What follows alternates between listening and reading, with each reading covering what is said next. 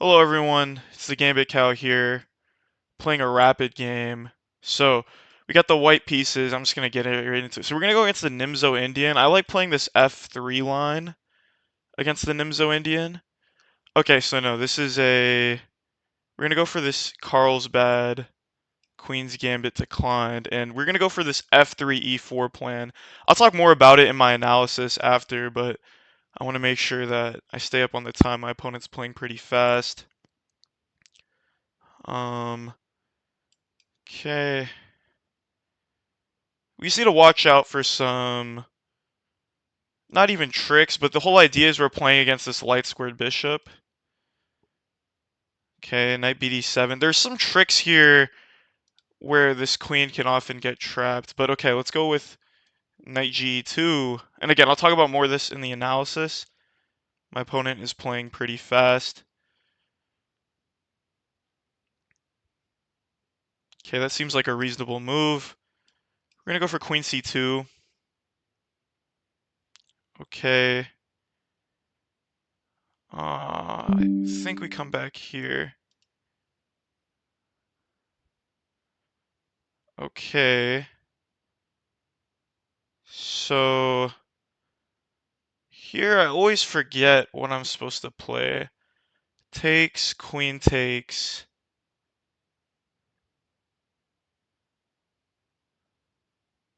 Okay, takes, bishop. Okay, I think we do swap these pieces off. And here, I'm not sure what to do. Takes, pawn takes. Like, I want to play f3. The problem is this becomes very weak. So I think we have to play rook a e1 here.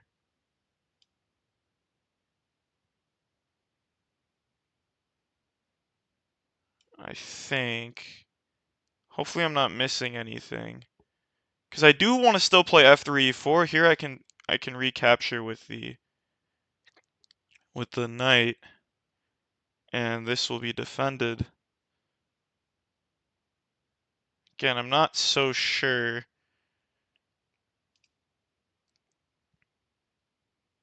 I'm assuming knight f6. That seems like pretty logical. I'm wondering maybe if I could have even taken and gone for something like this. And maybe I need to go for this minority attack. I'm not exactly sure. I'm sort of sticking to like the plan that I want to play, which I don't know. F3 seems kind of weakening. F3, knight here, E4, potentially, and I mean, that doesn't seem too great. But F3, knight GE2, then E4 makes a little bit of sense.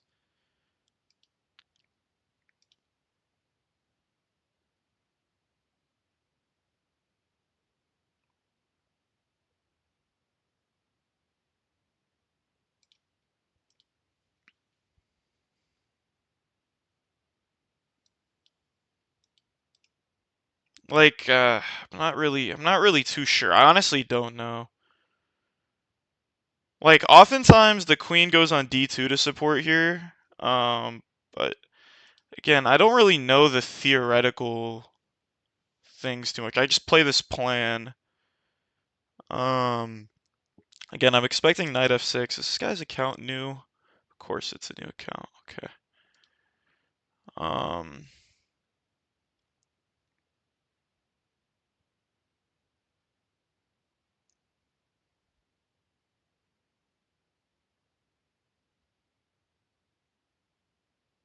but like again, f3. Okay, see knight here. I'm thinking f3. If he goes knight here, knight ge2, and this is defended, is what I'm thinking. Yeah, let's go for it.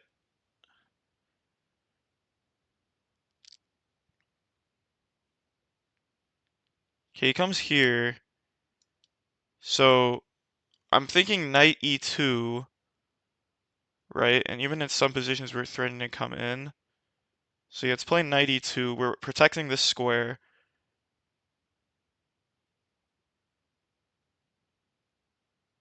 And I think are we threatening to play e4? 1, 2, 3. In some cases, I think we're threatening to play e4.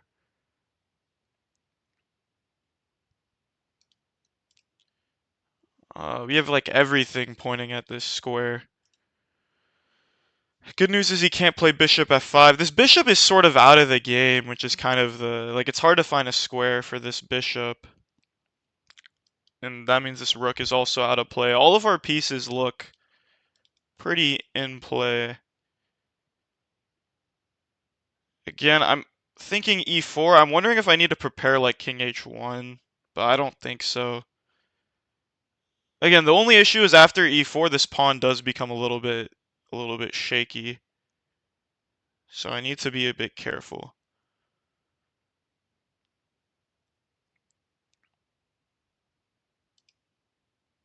But I don't see any way he can put pressure on this pawn.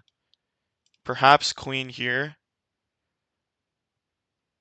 That might be something I do need to look out for, because any thing comes here with check. That's why typically, okay. I'm wondering if I even have a sacrifice. Don't I just have a sacrifice here? Oh no, but he has queen here. Okay. So I'm thinking e4 takes, like, I don't really know. Queen d6 seems promising. And perhaps I slide the queen over like this to f2. That might be the idea. Is there any... Okay, if I slide the queen to f2, he does have some, like, tricks here. Like, okay, in this particular position...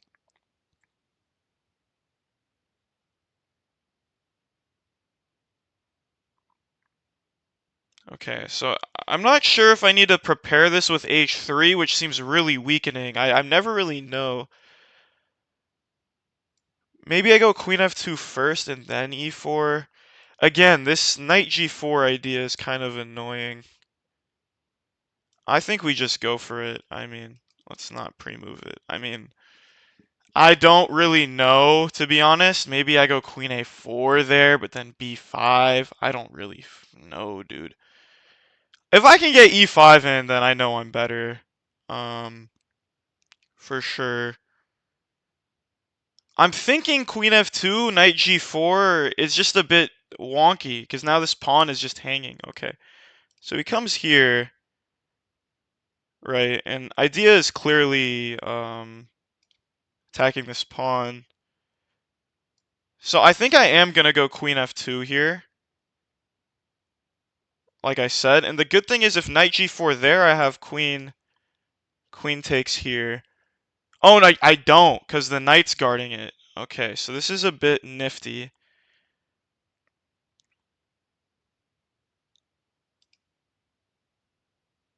So, okay, queen f2 takes, knight g4, and then this pawn is lost. So I have to go for like something passive, like knight here perhaps. Takes. Is this just hanging? Okay, knight here, takes, knight takes, knight takes, bishop takes, queen takes. No, I have more than enough defenders. I think I have to go here to guard this. Again, I want to go queen f2, but I think takes, knight g4 is too strong. Ironically, this knight is holding everything together.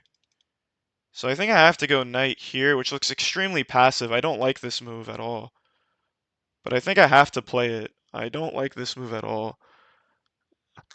But if I can get e5 in, like I said, this is, I think, I'm just better. But I think I can't play queen f2 there because of this knight g4, this stupid idea. I hate... This always happens in these lines. This knight g4 always comes in. I thought I had queen takes f7, but the knight is here. I didn't really realize that. Good news is I still have, what is this, 4 pieces on this square. Again, if I can get e5 in, I think I have a major advantage. Just e5, f4, and I just push everyone back. I hope this guy just doesn't... I hope this guy is just oblivious to my idea.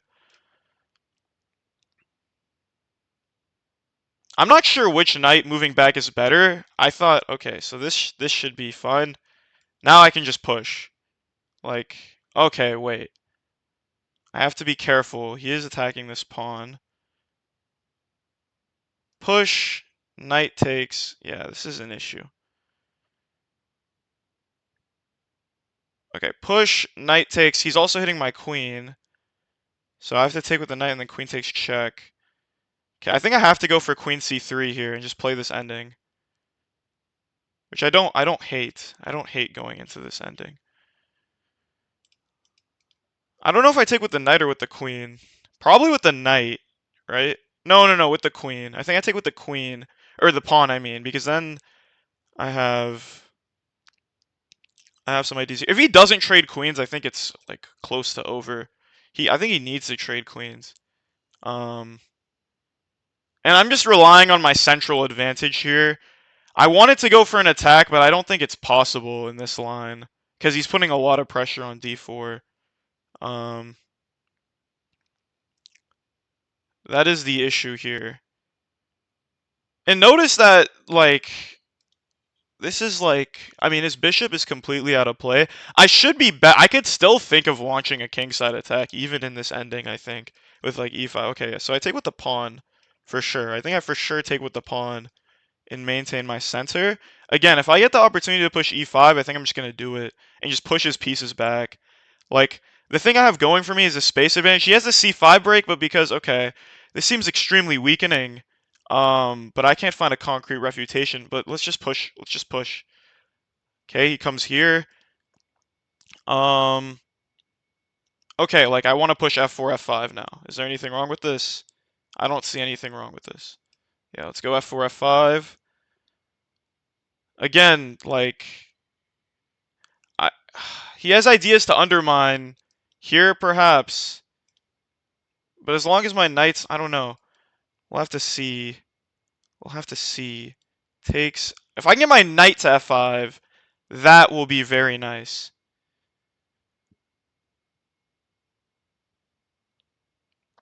Again, if we had queens on the board, this would be decisive, I think. This still might be decisive. I don't know. His pieces look terrible. Um, okay. So I like to see this move. This move doesn't strike me as very good. So I think I'm just going to push, takes, and then I'm probably going to take with the bishop. Right? Or do I take with the knight? Okay, yeah, let's push. Let's take with the bishop. I think we take with the bishop here.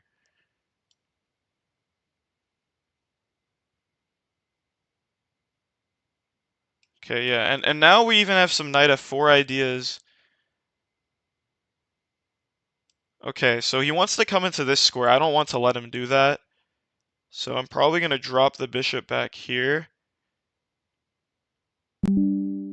Yeah, let's drop the bishop back here to cover this square. He might have some pressure here. I don't know. I'm not too convinced.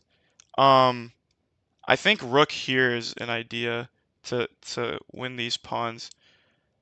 I might have been able to, okay, so here, I think we're just going to win after takes, and then rook here, hitting 2 pawns.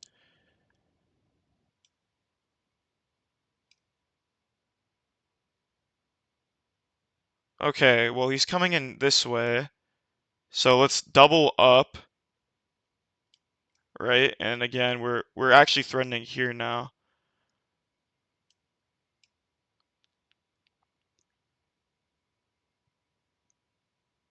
I don't know if we're winning here, but okay, so now, I mean, we're taking here now, no?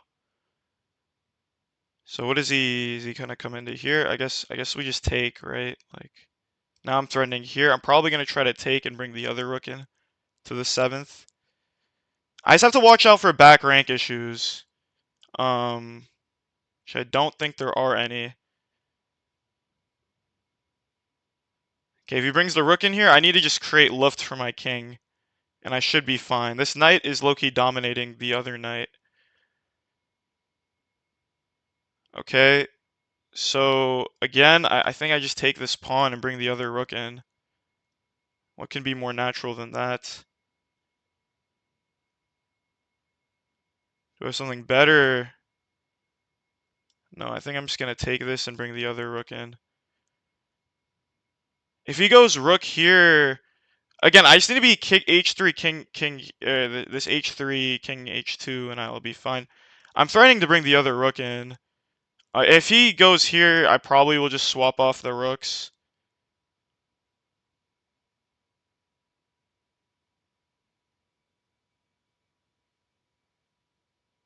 Okay, if I go rook h here, he might play bishop here, and I might be in a little bit of a pickle. So maybe I come. Okay, he resigns. Okay, well, um, yeah, let's go over this game. I honestly, I think I played well, but let's first look at it without the engine. Okay, yeah, so let's go over the game without an engine. I kind of already did this, but it took extreme. I went rambling for so long, like the video would have been 50 minutes. So I'm gonna try to keep everything concise. So, um, okay, so let's start with this idea. So taking here might seem a bit counterintuitive. There are options where black takes with the knight, and this is called the semi-tarrasch.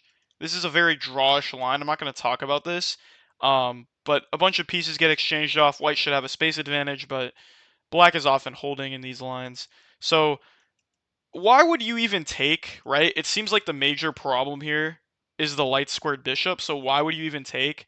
Well, the idea here is it's actually been found out that this bishop, this light squared bishop, doesn't really have a good square, right?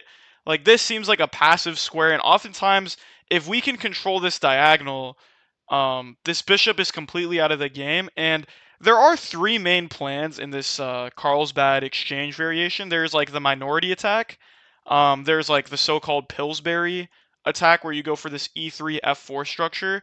Again, I'm not going to talk about them too much.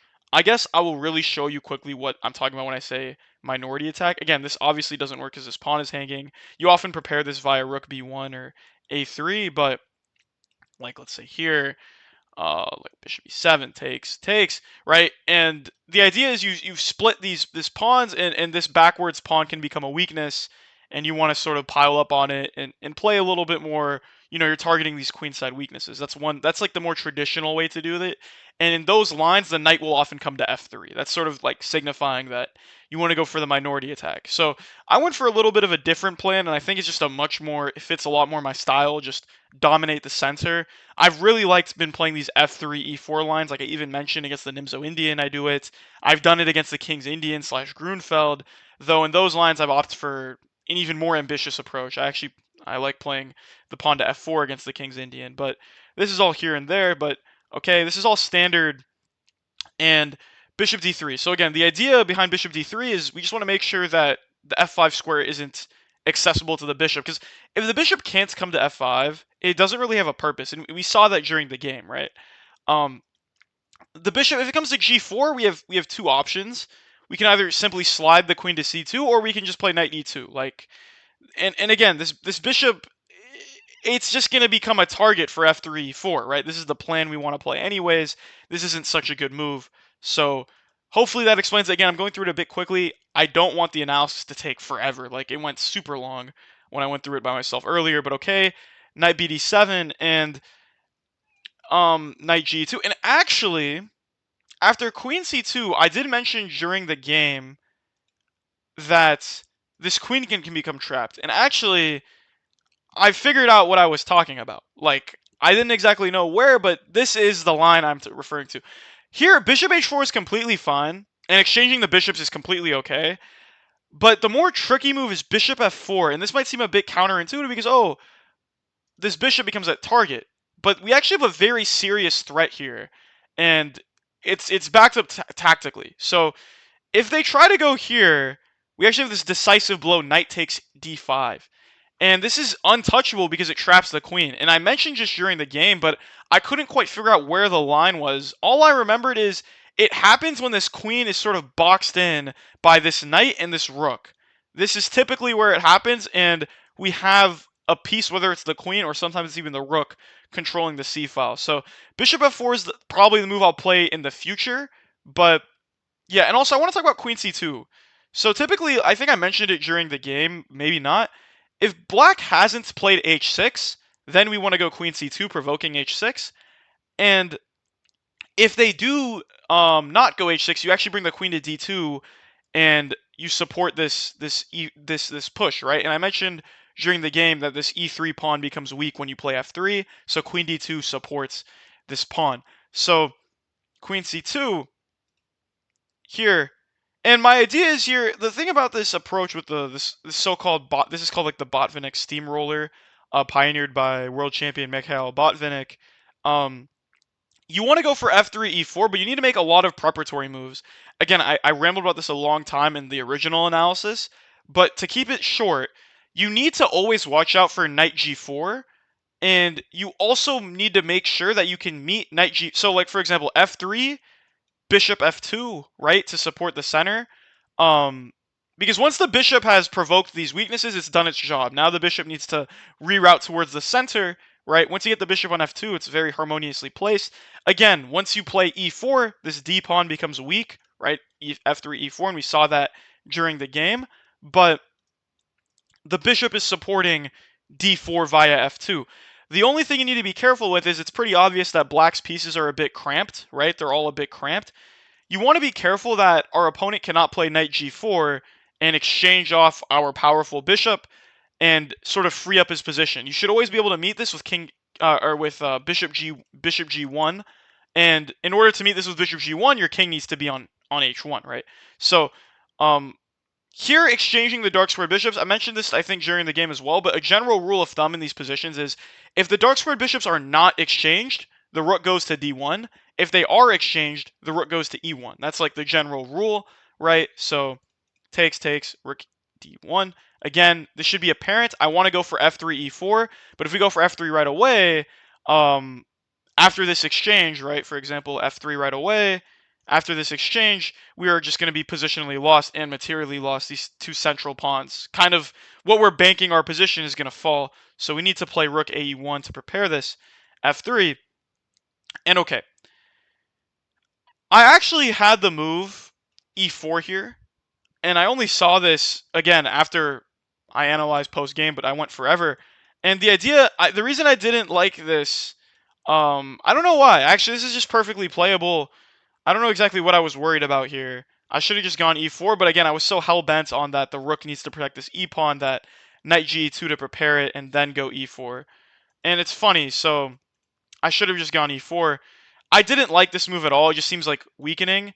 I didn't like this move at all. Doesn't make any sense to me at all. It also should be noted that like I was debating h3 in these positions to straight up prevent knight g4. Again, this is the main thing you need to be watching out for. Let me see if I can quickly show you guys an example of what I mean. So again, these aren't the most optimal moves. I'm just trying to show you guys what I'm talking about. Like if we go e4 too early, they might have knight g4 and this gets a bit annoying. Like our bishop has to move like to e1 if we want to maintain it, and then we get hit with this fork. So this is not good, obviously. But if you can meet this move, like if you can meet this move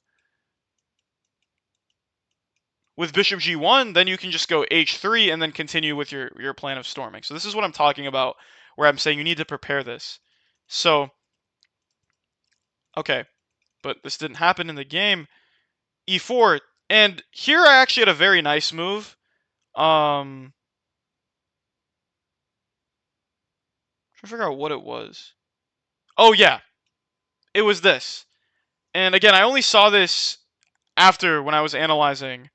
But the idea is after takes, king take, here, there's like a fork at the end of this line. If they capture everything, there's a fork, which I obviously did not see during the game. Again, I've technically already looked at the engine, so I found this with the engine analysis after the game. I'm just going through it without the engine, just giving my initial thoughts, essentially. But this is the line. I didn't see this at all. I just assumed that this is the most reasonable continuation. So okay, knight ce2. Again, he's targeting this pawn. And again, this comes back to like this idea that I mentioned it during. I must have, I'm kind of confused because I've technically recorded this twice, but I mentioned this during the game, like typically, like I mentioned it during the game that if I could keep queens on the board, this would be decisive. But in this case, I don't think it's entirely possible. The line I was referring to was takes, and then this is being hit, right? So this is a big issue. The queen is being hit, so I cannot capture. And if I capture, this comes with check, right? So this is sort of what I was referring to um, during the game. But again, I need to go through this a bit quicker. So queen c3, again, my evaluation of this position is that if he takes, which is I think forced, if he doesn't take, I think my attack is very straightforward, just like what I did in the game, except queens are on the board, so just be all the more firepower for me. Um, but essentially, right, this only strengthens my center. It's kind of like picture perfect center here.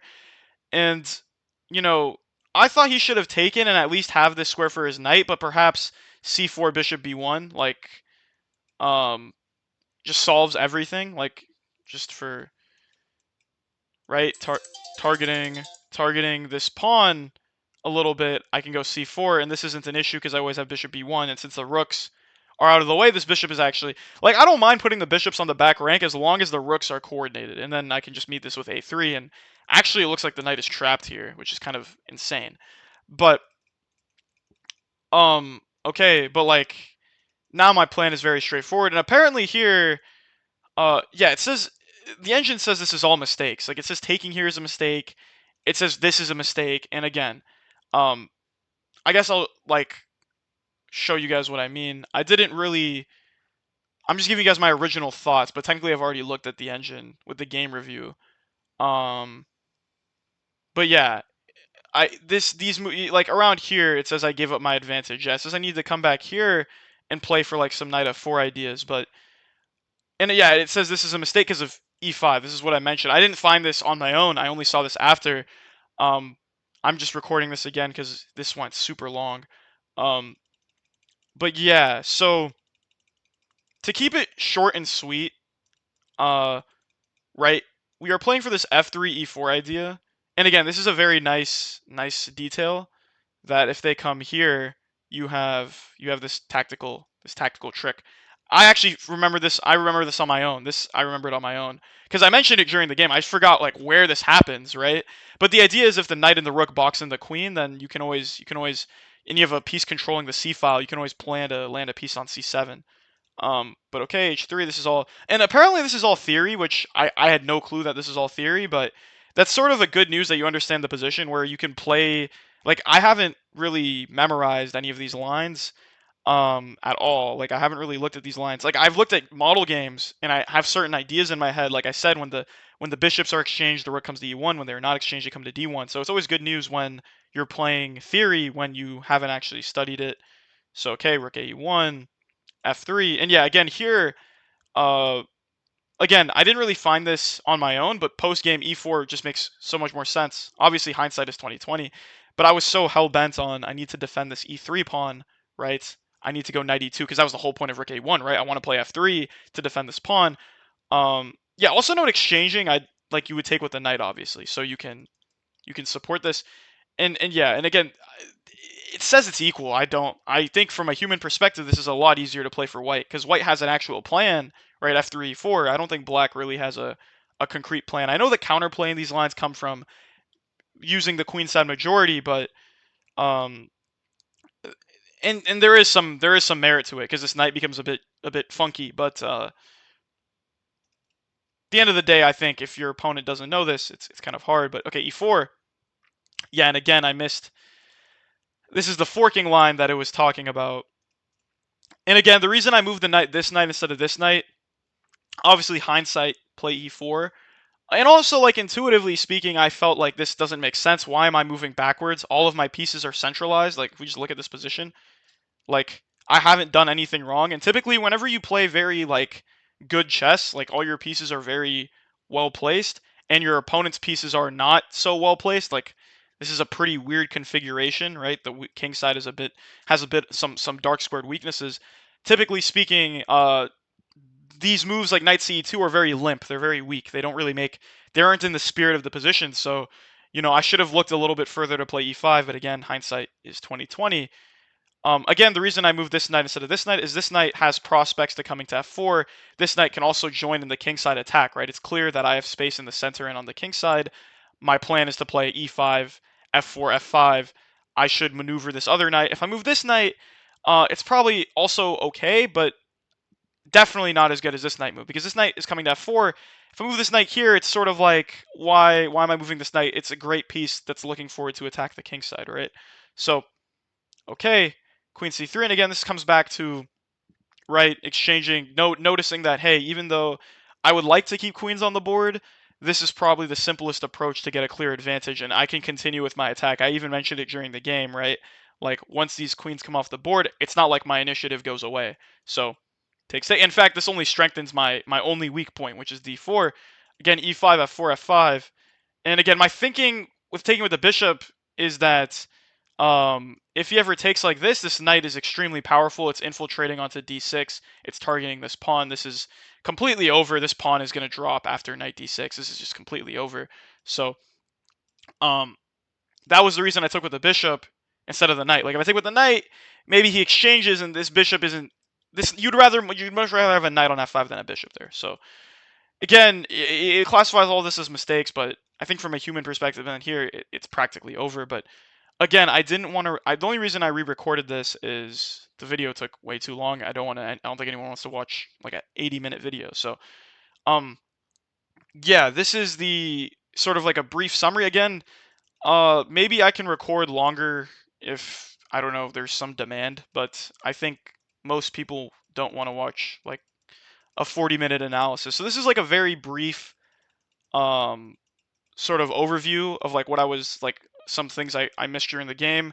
Main thing I would say for me to take away is that, you know, I guess I've lost so many games where I've gone e4 prematurely that I need to be a little bit more confident that, hey, my pieces are all set up correctly. And in those particular positions, knight g4 was never a thing because my bishop wasn't on f2. So if they never have that counterplay, then I mean, I can always just meet knight g4 with h3, and if they don't have something to take, then the knight just has to go backwards. So, uh, yeah, I think that will be it. I hope you guys enjoyed the video and have a great rest of your day.